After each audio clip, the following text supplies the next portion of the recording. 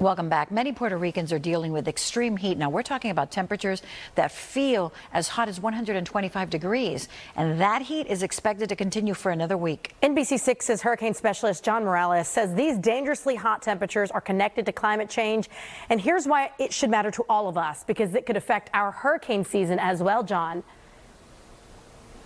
Yeah, it sure could, Jackie and Shelley. And listen, I mean, I even saw a reading down there of a heat index of 127 degrees on Culebra. Culebra is that small island, part of Puerto Rico, just to the east of the larger island.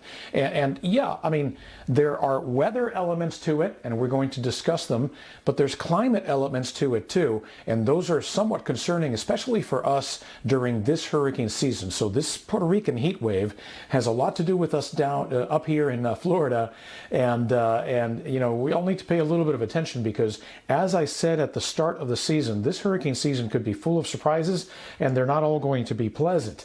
Now, take a look. Now, we'll take this on the full screen and talk about what are the weather elements that are driving this heat wave in Puerto Rico. First, we've got what's known as a heat dome. Now, you might recall the term heat dome from 2021 when the Pacific Northwest experienced something similar to this. It's a stacked area of high pressure from the surface all the way into the upper levels of the atmosphere. And what it's doing is it's producing winds coming in from the south and southeast in combination with the fact that we've got a dip in the jet stream over here close to Florida and lower pressures in our area. This weather pattern has been stagnant for about a week. Stagnant weather patterns where the jet stream is wavy and blocked have been linked to the warming Arctic, the fact that the Arctic is warming faster than the rest of the northern hemisphere, slowing down the jet stream and therefore making weather systems stagnant like these have been and like the heat dome of 2021 out in the Pacific Northwest.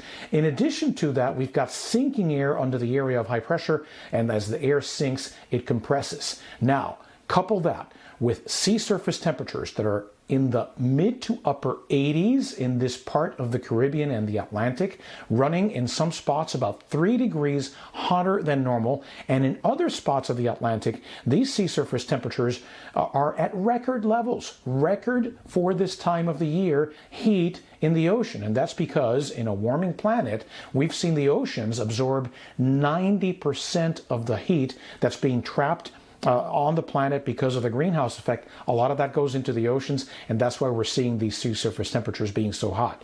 Now, I think you already know where I'm going with all this, right?